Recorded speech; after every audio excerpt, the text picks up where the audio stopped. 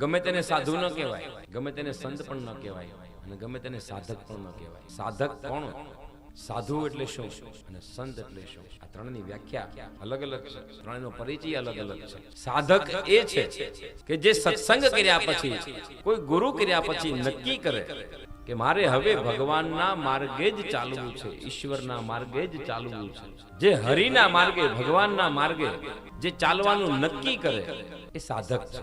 પછી એ ગમે તે કપડાં પહેર્યા હોય, ભગવા પહેર્યા હોય, કેસરી પહેર્યા હોય, પીળા પહેર્યા હોય, પછી સફેદ પહેર્યા હોય, કે પછી તમારી જેવા લાલ પીળા પહેર્યા હોય, ઈશ્વરના માર્ગે જે ચાલવાનું નક્કી કરે ને એ સાધક. અને પછી સાધુ એને કહેવાય. ખાલી નક્કી કરે એ સાધક, અને નક્કી કર્યા પછી જે ચાલવાનું શરૂ કરી દે ને એનું નામ છે સાધુ.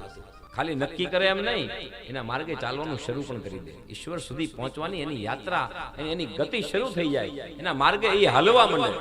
નક્કી કરી નાખે કે હવે ઈશ્વરને પ્રાપ્ત કરવો જ છે, અને એના માર્ગે ચાલી નીકળે.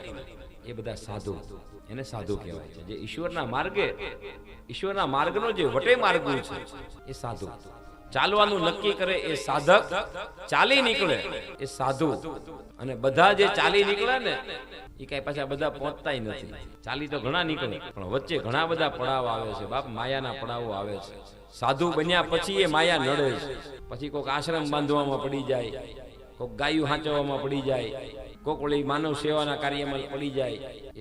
એ બધા પડાવ છે. આ બધા તમને ભૂલા પાડવાના સાધુને પણ ભૂલામણીમાં નાખે છે.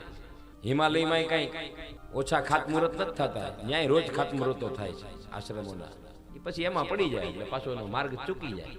સાધુ એ છે જે ચાલી નીકળે, અને ચાલી નીકળ્યા પછી જે પહોંચી જાય ને એને કહેવાય છે સંત બાપ.